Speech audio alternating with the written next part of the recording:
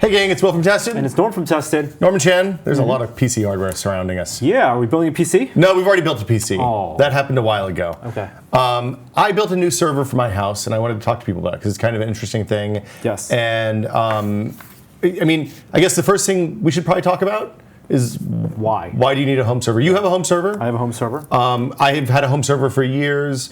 I was running one of the old first-gen Windows home server boxes that I made like 8-9 years ago now. It lasted a really long time. I've swapped hard drives out a couple of times. Fortunately, no longer a thing. It's gone. You can't do that anymore. So when it was time to upgrade that, I had to find a new path. And it was time to upgrade that because I was no longer able to run the latest versions of Plex server, and things like the Xbox Plex client didn't work. So it was definitely time. Okay. So why would you want to build a separate computer as a home server? So in my home, it's a tech-savvy home. We have a couple of laptops. We have my work laptop. We have Gina's laptop. We have my big gaming PC. And yeah, the reason we built the home server in the first place was to consolidate all of our media stuff in one place. So instead of putting a bunch of big, at the time, 1 terabyte hard drives in all of the computers, which was impractical, I put 4 or 5 1 terabyte hard drives in one computer and then stored music and movies and all of our photos and all that stuff there in a way that was easy to back it up. I was more centrally located, and I was also able to access it online, which was kind of nice. I don't think I'm going to do that with this build just because the internet's changed a little bit, and you may not want to have a publicly facing server. Right. And there are 2 ways to do it. You can have a local storage. You can build a server, have all your media here and backups, and also distribute your media. Or it can be remote. People can pay for services, Dropbox, Windows, OneDrive, all that stuff. But then it's your internet connection. In reality, you might want to have both, right? Okay. So the other thing you mentioned is important backups. All of my local machines, the Macs and the PCs, have always backed up to the home server. That will continue with this new box. You can do, I like to use Time Machine on the Mac, and then I supplement that with Crash Plan for the most important stuff, this kind of small stuff. On the PC, I'd use the Windows Home Server backup client, which was really, really good. That won't work with this, unfortunately. But there's built-in, Windows 7 and 8 both have built-in backup clients that'll let you just save your stuff to a network share.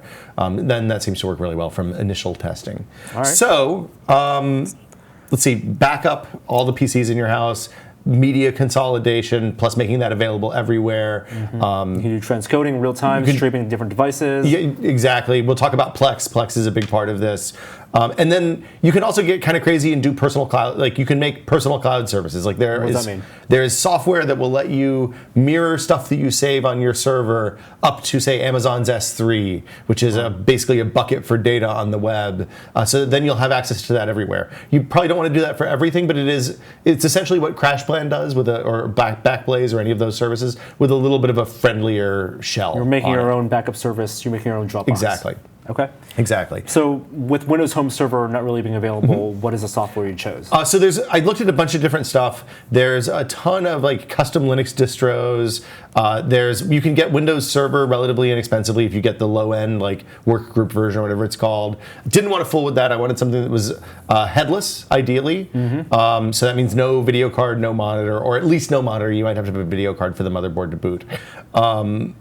And then I wanted to have, I wanted to be relatively easy to configure. So I didn't want to always, I don't mind getting into a Linux command prompt, but once I have it set up and running, I don't want to have to look at the Linux command prompt unless something goes wrong. So there's some type of UI. Yeah, and then the other thing I was looking at was file system availability. So there's a ton of different file systems on Linux available for this type of server. What I wanted something that allowed me to add more drives and replace existing drives without a massive amount of hassle. I don't necessarily want duplication or redundancy across drives. Well, the point is that you chose FreeNAS. I chose FreeNAS, and it has all those things. FreeNAS is a BSD, a fork of BSD or a distro of BSD if we're using Linux terminology, which the BSD people are going to yell at me for.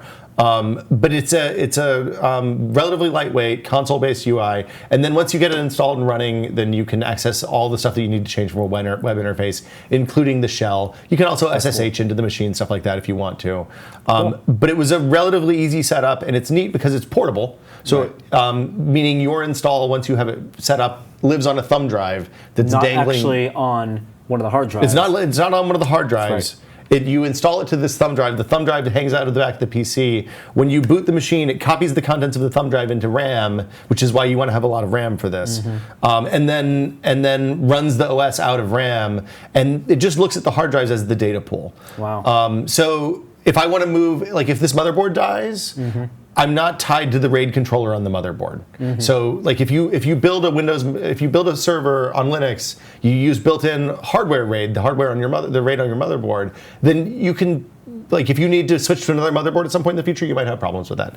With this, all I do is take these drives out, take the thumb drive out, plug it into a new computer, boot it up, and it should, after a little bit of hardware detection, be good to go. And there are plugins, and then also support for Time Machine? Yeah, so native support for Mac backups was important because I want my wife's computer to back up really seamlessly. Yep. The plugins are great because BSD has a concept called jails.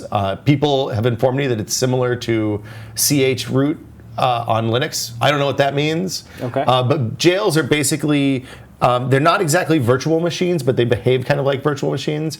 Basically, it's an instance of BSD that lives inside your hardware machine that accesses only a small portion of the hard drive that you control, so that you can run things that may have higher security privileges required inside these jails and not also give them access to the rest of the machine.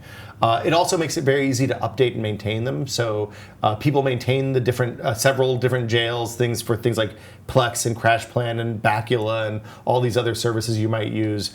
And when it comes time to update Plex, I don't have to go to the command line. I just hit update this jail and it's done, which is great. That's cool. However, at the same time, you can still log into a shell for those machines. Those machines can be assigned an IP address on your network. So when this machine's plugged in, I think it gets 4 or 5 different IP addresses from my router. Right. One for the Plex server, one for the CrashPlan thing, one for a VirtualBox instance, and then one for the server itself.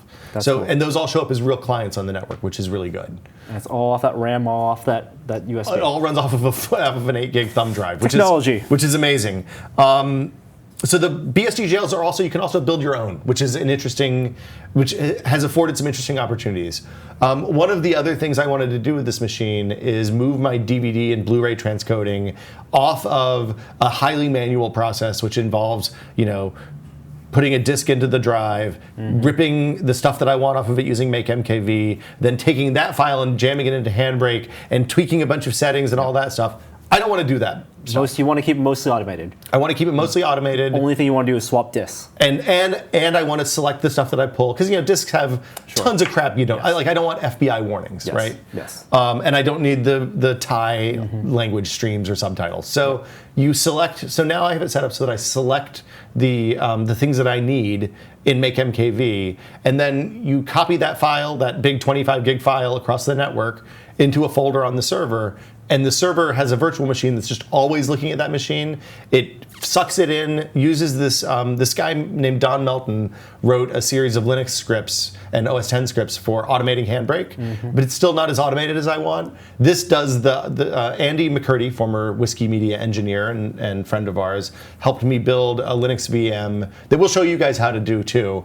So that basically it's a black box of transcoding. So just taking any file, any MKV, it'll look at all the audio tracks and subtitle tracks in there. It looks at forced subtitles, burns them into the video. So, for example, in Hunt for Red October, when Sean Connery is speaking Russian, you can still read that. Very good. And then a few hours later, spits out a iTunes store-sized MKV that has all of the audio tracks, including like director's commentaries and stuff like that, and that you want. You can move into iPad, you can move anything. And then you move it into your Plex server. Yep. And it's available to anything. You can sync it out to your iPads, to your Android tablets, whatever. You can watch it on the Xbox. You can watch it on the Chromecast. It's pretty amazing. It's basically, like my wife said, hey, this is actually working like personal Netflix, which I'm excited about. You made your own Netflix? I made my own Netflix. Customized? It's all the stuff I want. It's Will TV. Okay. It's a lot of software stuff. We're not going to go through everything. We're not going to tell you how to set that up now. I'm going to have... That'll be separately on the site. Maybe links below.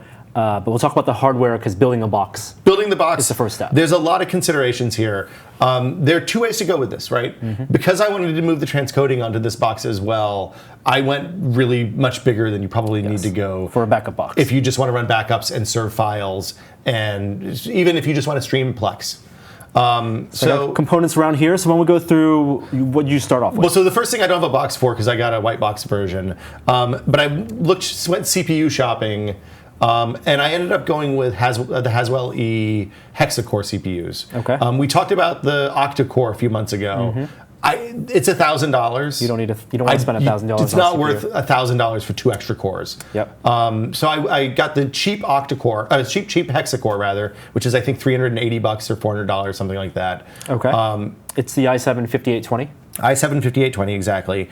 It's not, if you're not going to do transcoding, you can go way cheaper. Way cheaper. You can buy a $90 Pentium quad core that sits in a socket 1170. That'll be more than sufficient for this. I mean, if you want to go just for storage, just for some distribution, some like transcoding, it's a $600 project. Even less than, even with hard drives. With drives. I mean, if you want to get even more simple, you could theoretically just buy a NAS box, right? Yes, right. I looked at those too. It's worth mentioning. There are some very capable NAS boxes. They all run low-end processors, so they have trouble doing things like transcoding on the fly to make a 1080p Blu-ray into something that'll work on your phone or something like that. So I stepped aside from that. I want something. I wanted to build a box that I wasn't going to have to fool with for 5 or 6 years. And even if you build like a $600, $700 box, you can still use FreeNAS and get many of those features. Exactly. Exactly. The big price jump right now is for fast transcoding, many cores, and moving basically, like we talked about the Haswell E, a Haswell E platform. Right, and there's because with Haswell E, in order to get hexa-core right now on Intel, you have to do DDR4, which is expensive. Yep. So this is the X99A. This is the motherboard I chose. It's an ASUS board. It has a lot of SATA ports. It only has one Ethernet port, which I was a little bummed about initially because with FreeNAS you can channel bond multiple Ethernet ports into one 2 gigabit connection. However, it seems like a much. When you're looking for a motherboard for a box, like you don't need the audio, you don't need 6 USB 3.0 ports. The problem is there's not a lot of options in the socket 2011. Is that it? Right. Yes. Version 3. Yeah. So okay, so we're talking about motherboard. DDR4 memory is expensive. This is the X99A. It's an EFI BIOS, which is good because it boots fast. You can set it to boot off of USB, which is everything can do that now. Yep. But you can make it sticky, which was important. Some BIOSes kind of let you boot off USB once and then bulk the second time. So one of the considerations is if you're going to go for, if you want the extra 2 cores of hexa-core over quad core, you're also buying into a platform that you may not be able to use for a server, maximize all of its potential on the server. Maybe later on there will be motherboards that support it that maybe don't have all those features. That don't have all the other stuff you don't need. It's not going to hurt anything. You're not using extra power with that stuff. No, it's just upfront costs. It's just a little bit more expensive. This board was, I think, on the cheaper side for this chipset. It was $250. Okay. And then for RAM? For RAM, I went big. Everything I read about FreeNAS before I set it up, and I did do some test runs on other machines, showed that the file system that you use, which we'll talk about in length in a minute, is very memory hungry. Combined with the fact that I knew I wanted to run virtual machines and a bunch of Plex instances and stuff like that, I went for 16 gigs of memory. Okay. If I were doing so the other way to go at this is to take your old machine, take the components out of that, make them the server box, upgrade your current gaming PC or whatever. If I was doing that and memory was cheap, like if I were buying DDR3, I probably would have maxed out the memory that the board can handle. Yes. And DDR4, the Haswell chipset lets you do more memory. Yeah. You're buying quad channel anyway. 4 slots of 4 gigabytes. Did speed matter?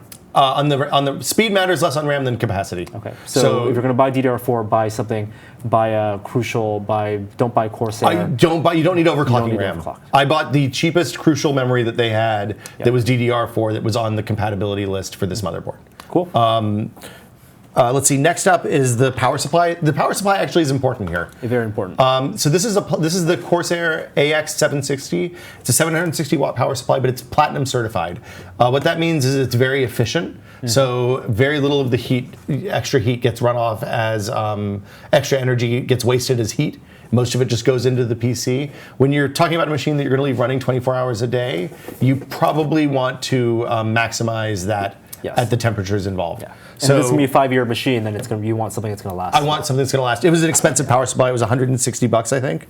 What did I say? $200? About 160. 160. That seemed really expensive for a 760 watt power supply. Yeah. It's probably overkill. I probably could have made it do with a 500. I couldn't find any platinum certified power supplies from brands that I trusted that were 500-ish watts.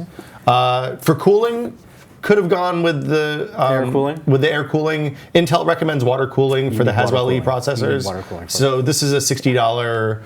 This is the Corsair H55. Yep. It's a $60 water cooling kit. You don't have to add water to it. It's closed system, and it's nice and quiet. Simple install. Yeah, it was. You didn't even have to have the motherboard out of the case to install it.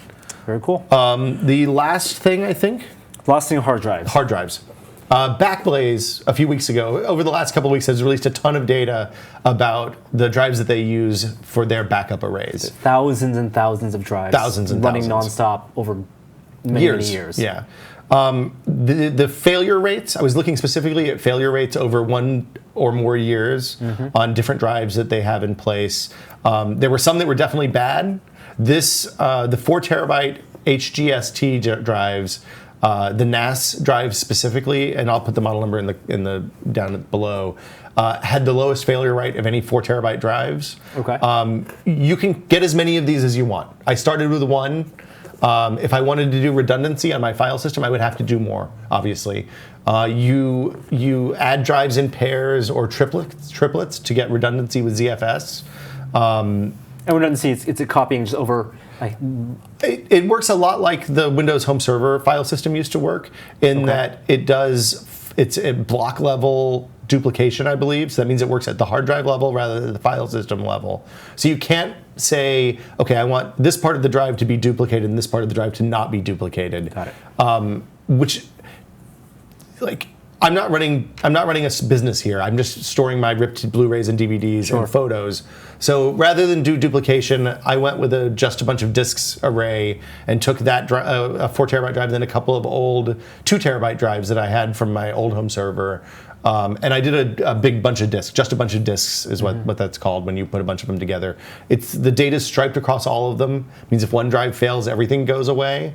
My gamble on that is that I'm going to build a good backup strategy using rsync and some of the other tools that are built into the BSD box. To CrashPlan or Backblaze? I haven't yet. Okay. 4 terabytes is a lot of data to send up to the cloud. Well, just gotta send it once. It's true. It's true. Right now, I'm copying it to an external drive just for the short term. Okay.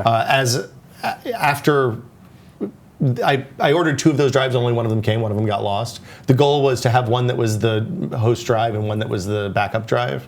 How much space do you think is needed? What do you mean? How much space do you think you need? Let's say you're not running a backup. How much of actual storage? So there's 6 SATA ports. Ideally, I never want to have all of those filled because then it makes it hard to swap out a drive if it starts to fail or something like that. My goal was to have 8 to 12 gigs of storage available, terabytes of storage on the system. I have 3 terabytes of ripped Blu-rays and DVDs, which is the bulk of the data. Yep. I just didn't want to have to keep adding drives all the time. It's a little bit of a pain in the ass. 4 terabytes is a sweet spot for price. It's $180 for 4 terabytes. That's amazing, right? Yeah. When you're setting up the system, we should talk about redundancy a little bit because it's kind of confusing and you can make mistakes there that you don't necessarily have to. For home use, I almost always recommend that people do daily backups instead of doing redundancy. Because it's much cheaper. If you're talking about a 4-disk array to do redundancy, you need 8 disks. If you need 4 disks worth of storage, you need 8 disks to have it redundant, and that means where you could just back up. You could just do backups. Backups are much easier. It's copies. Redundancy doesn't protect you from things like viruses or accidental deletion. Yep. Although ZFS does do the equivalent, the file system equivalent of shadow copies. They call it snapshots. So if you delete, you can actually go back. So once you have to set it up manually, but once you enable snapshots and set them to run X number of times a day, it'll give you a way to roll back stuff that you've deleted, which is nice. And that even shows up in Windows. That's one of the other things I liked about FreeNAS. Like when you right-click on a folder in Windows on the FreeNAS machine, it just sees the shadow copies, the snapshots on the FreeNAS box. So yeah, I mean, that's the hardware. Yeah, that's the hardware. $1,000, $1,200 system, but you're going to spend most of the money on hard drives anyway. Right. And most people, they don't need that type of system. They can go with a $400 system. Take your old machine. If you have a gaming PC that's ready to upgrade, I mean, look at the power consumption for it. You might end up paying more. And that's what you're showing here? Yeah, so this is, this machine right now is a kind of a hog.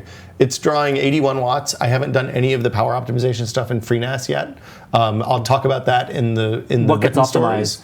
You can do things like switch the drives to low power mode. Okay. You can have them turn off almost immediately. I did also just last night dropped an old SSD that was part of an array in my system years ago, and set that up as a cache. So the ZFS looks at the most frequently accessed files and stores them on that SSD in addition to the main volume. So it can make use of different hard drive configurations. It's very smart. It's the kind of thing that you normally see in enterprise stuff, but it's available in something that normal people can install. The two things that are important, like I said before, storage, memory. Remember, your install is going to take about 4 gigs of memory every time you boot it. So subtract that from the amount of memory you put in.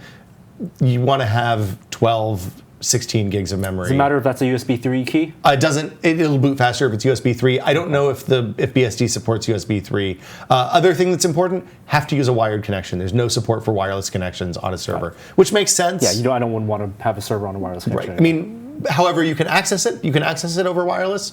Plug it in. Just plan to plug it into your router. Okay. If you're going to set up the NAS box. Do you want to show people anything? Yeah, we can show. Let's walk you through the UI. It's kind of neat. So this is what you see when you log into the FreeNAS box. You guys can see all the hardware that's in here, or at least the bits and pieces. The UI is a little confusing. After a week or two of working with this, I've kind of started to understand it. Across the top, this is all accessible from your phone as well. These are the kind of high-level menu items. These guys on the left side are shortcuts that'll take you directly to something. It's not intuitive. It starts to make sense after you get used to it. This is the storage situation. I currently have 4.7 terrabytes, which are base 10 gigabytes. It's the system that the hard drive uses. And you can see what's in use. You can set quotas on each folder, on each, what do they call them? Data sets. Okay, so let's explain this. This is a volume. Yep. This is the thing that you create when you set up the machine. You add drives to it. If you want to do striping, if you want to do data redundancy, you have to do it at the volume creation level. It's really hard to retrofit that in later. The easiest way to do it is usually just buy one extra drive than you need, create a new volume, copy all of your stuff over to that volume, and then it's just, if you're going to do it up front, don't try to do it later. Each of these underneath it is a store. Is a data set. These are equivalent to folders, basically. Allocations. Okay. Yeah, you can set quotas on each one. So, for example, my time capsule, which is currently backing up my laptop and Gina's laptop, is capped at 1 terabyte. Right. Might even bring that down a little bit after I use it more. Just because Time Machine automatically deletes old backups when it runs out of space. So you don't want to give it. It'll fill up the whole disk if you give it the opportunity.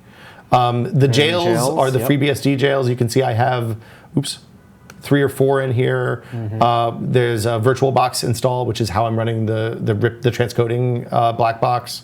Plugin jail is a thing I was monkeying with. Crash Plan and Plex Media are here, so you can see those. And then the rest are just folders for music and public stuff and open shares. These all support Linux, Unix style permissions. So you do have to learn how that stuff works, or else it's going to be challenging to work. Yep. I opened the one that I absolutely should not, under any circumstances, change. This is BSD, so you can make mistakes that will get you in big trouble. And the good news is, the data volumes, it's pretty hard to mess up. So worst case, you reinstall FreeNAS onto the thumb drive, plug it back into the machine, and then point it to that volume again. And so one of the jails you have is running is Plex. Yeah, so to install Plex, all I did was go over to plugins. It takes a second to load. It's pulling data from the internet right now to see what's available. And this works a lot like an app store or apt-get on Ubuntu or something like that, if you're familiar with that. You should run a BT Sync. What's BT Sync? BitTorrent Sync. I don't use BitTorrent. BitTorrent Sync is fantastic. It's for syncing multiple machines across the internet, right? And sharing files. Yeah. You can run like a Minecraft server instancer, right? So to install Plex, all I did was hit install. It ran some scripts. Once it was installed, I got it up over here, and it gives you an easy way to click through. Hold on. I have to go to it only pops up when I turn it on. I'm not going to turn it on because I don't want to have to turn it off. But once you configure it and hook it up to your account, it shows up in your Plex server. The old server's offline over there, you can see. But all of the movies that are in the shared folders are here, all 600 or something of them. And you can stream them anywhere you could be outside our local network because I'm paying for a Plex Pass. I can stream them to my iPad when I'm in a hotel traveling someplace. It's great for kids because it means that I can rip all of the stuff my daughter likes to watch, and she has no more discs that she can destroy. Plex is one of the best things. I mean, Plex is wonderful. Even if you pay for backup and you use Dropbox and you use other services, having a Plex server set up is a good reason to pay $300, $400 to build a server. If you have a media collection, if you've ripped your Blu-rays or done whatever, it's a wonderful, wonderful tool to have. And everything's browsable, everything's searchable. So if you want to watch Speed Racer, you can. It's right here. And you hit play and it just pops right up. And it has all the background art and all that stuff. Plex is a delightful application. There's I'm not going to play it because I don't want to get copyright takedown.